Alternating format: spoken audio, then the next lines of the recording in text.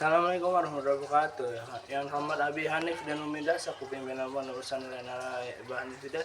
Yang Rahmat juga guru-guru dan kepala sekolah Nur dan Fikri. Pada hari ini saya akan mempresentasikan tentang Diofantus. Diofantus atau yang sering disebut sebagai Bapak Aljabar Babilonia lahir pada tahun 200. Karya-karyanya tidak mirip dengan aljabar geometri yang dirintis oleh Euclid.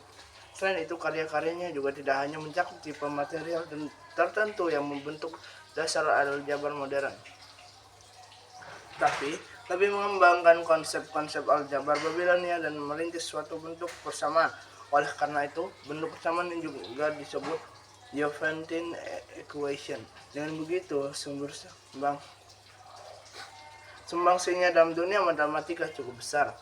Sayangnya tidak ada catatan secara terperinci tentang kehidupannya. Berdasarkan hasil penyelidikan sejarah, diperkirakan ia hidup sekitar tahun 250 pada abad ketiga. Ia juga diduga seorang matematikawan Yunani yang bermukim di Alexandria. Ia juga meninggalkan problem pada Patin Anthology yang ditulis setelah ia meninggal. Dari pemecahan problem ini diketahui umur Diofantus adalah 84 tahun. Ia menikah pada umur 26 tahun dan usia anaknya setengah dari usianya, yaitu 42 tahun. Diofantus menemukan variabel penulisan aljabar dan aritmatika semasa hidup. Ia berhasil menulis 3 buah karya dan karyanya yang paling terkenal adalah Aritmatika. Buku itu berisi pembahasan analitis tentang teori bilangan yang isinya merupakan pengembangan aljabar dan membuat persamaan-persamaan yang kemudian disebut Diophantine equation. Persamaan Diofantus. Meskipun merupakan buku aljabar, susunannya operasi aljabar, fungsi-fungsi atau solusi terhadap persamaan aljabar tidak sistematis. Dalam pemecahan soal, ia hanya mengenal jawaban yang rasional dan positif, sehingga tidak mempunyai dugaan untuk nol. Bahkan ia menghindar dari koefisien negatif dan hanya menyediakan satu jawaban untuk setiap soal.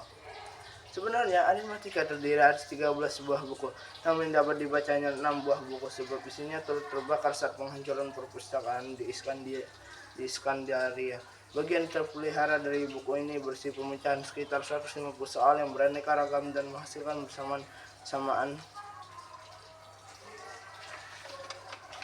tingkat pada pendidikan matematika dari Yunani hingga Persia. Pertama dan kedua, Diofantus meninggal dunia pada tahun 250. Sementara itu, Pierre Fermat mengetahui buku tersebut lewat terjemahan Klaus Blanchett yang diterbitkan pada tahun 1621. Problem ke-8 dalam buku kedua tentang cara membagi akar bilangan tertentu menjadi jumlah 2 sisi panjang, sedangkan rumus Pythagoras yang sudah dikenal oleh masyarakat Babilonia sejak 2000 tahun silam juga memberi inspirasi bagi Fermat untuk menulis TTF atau teorema terakhir Fermat. Saya kira itu saja, maafkan saya bila ada kesalahan dan jelaskan. Assalamualaikum warahmatullahi wabarakatuh.